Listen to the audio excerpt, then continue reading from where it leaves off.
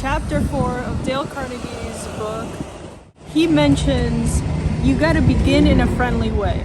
Beginning in a friendly way means to not allow yourself to start from a negative place, obviously, right? But what does it actually really mean? What does negative and what does positive actually mean? Negative, an example of negative can be if you go into like a Starbucks or something, okay, and you do not acknowledge the person that is asking for your order. And by acknowledging, I mean saying, hello, hey, how are you? How's it going? Appreciate you being here. You know, going back to the other 3 points that we mentioned in the last video. Smiling, having a great attitude, being able to share with them that you're also a human being and that you appreciate their presence, okay? If you're able to cater that into a new conversation and not start negative, that is going to translate into you getting exactly what you want. So in other words, going back into Starbucks, if you come in with a smile on your face and you're like, hey, how are you? How's it going? I would love to actually order a latte. I heard you guys make the best lattes here. I'm so excited for it. Is this true? Do you guys make the best lattes here? What do you think that person's gonna do? Of course! We make the best lattes here. Thank you so much for coming. I appreciate your time. Then they'll make the best latte for you. But, in other words, if you create this dynamic, and I'm gonna share with you the negative part where you shouldn't do this, okay? You go into the place, you're not really smiling, you're not really looking at the person, then you're like, the person's like, hi, how are you? How's it going? What can I help you with today? And then you in turn respond back with latte, hot, large, now. What do you think is gonna happen? Do you think that person's gonna create the best latte in the world for you?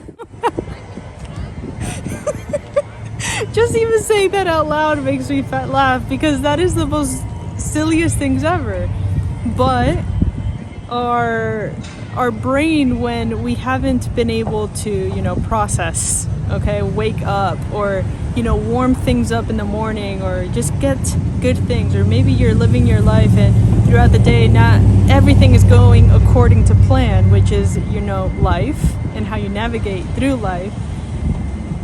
Maybe that's how we wake up and that's how we want to talk. But what Dale Carnegie is mentioning in this book is that if you start that way in a negative tone, you will never receive exactly what you're looking for.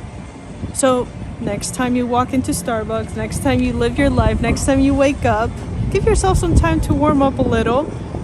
And then when you want to get something, make sure to smile. Make sure to begin in a positive way. And that's what chapter 4 is all about. So when it comes to affinity, have you ever heard that word before? Have you ever heard the word affinity? Affinity is a spontaneous or natural liking or sympathy for someone else or something. That you like something, you have an affinity towards something. For example, I have an affinity towards travel. I have an affinity towards education. I have an affinity towards growth. And I also have an affinity to you. So make sure to like this video. Okay? So that's what Dale Carnegie is talking about here. So how to win friends, how to influence people, it's all about having affinity. And what he's mentioning is to get affinity as soon as possible. And one of the ways to actually do that, and I'm going to read something directly from the book, is that when we start with yes, as the most basic level, we are creating affinity.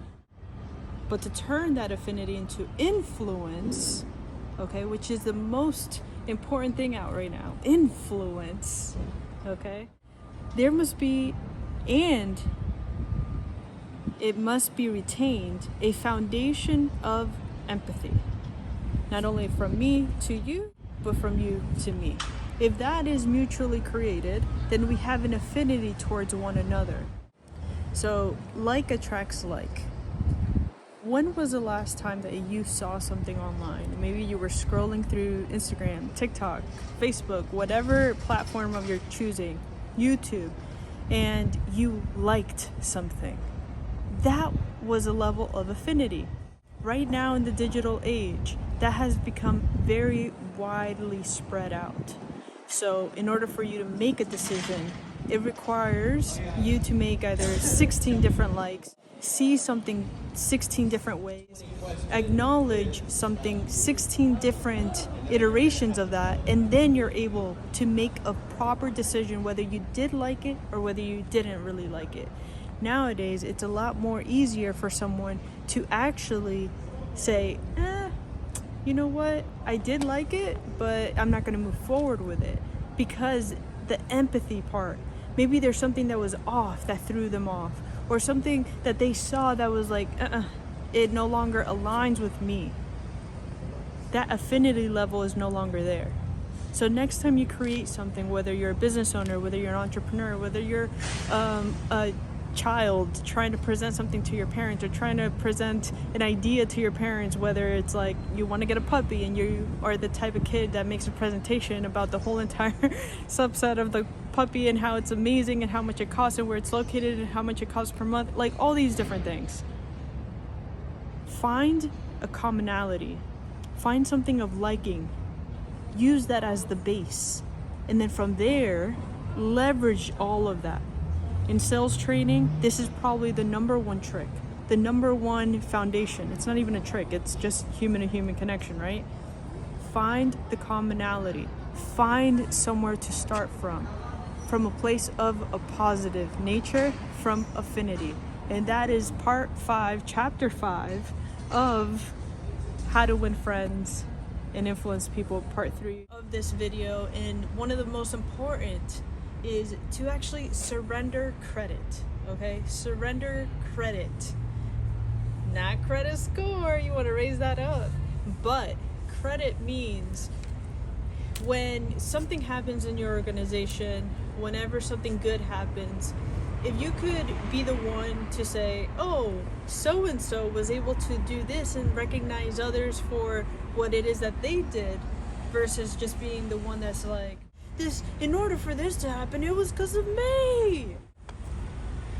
Okay, that's just ego-driven, like almost machista type of style, and Dale Carnegie is not about that life. What he believes in, he's all about being able to surrender credit. This is a moment where you can practice and really share others, shine light onto others, and then they will in turn shine light onto you.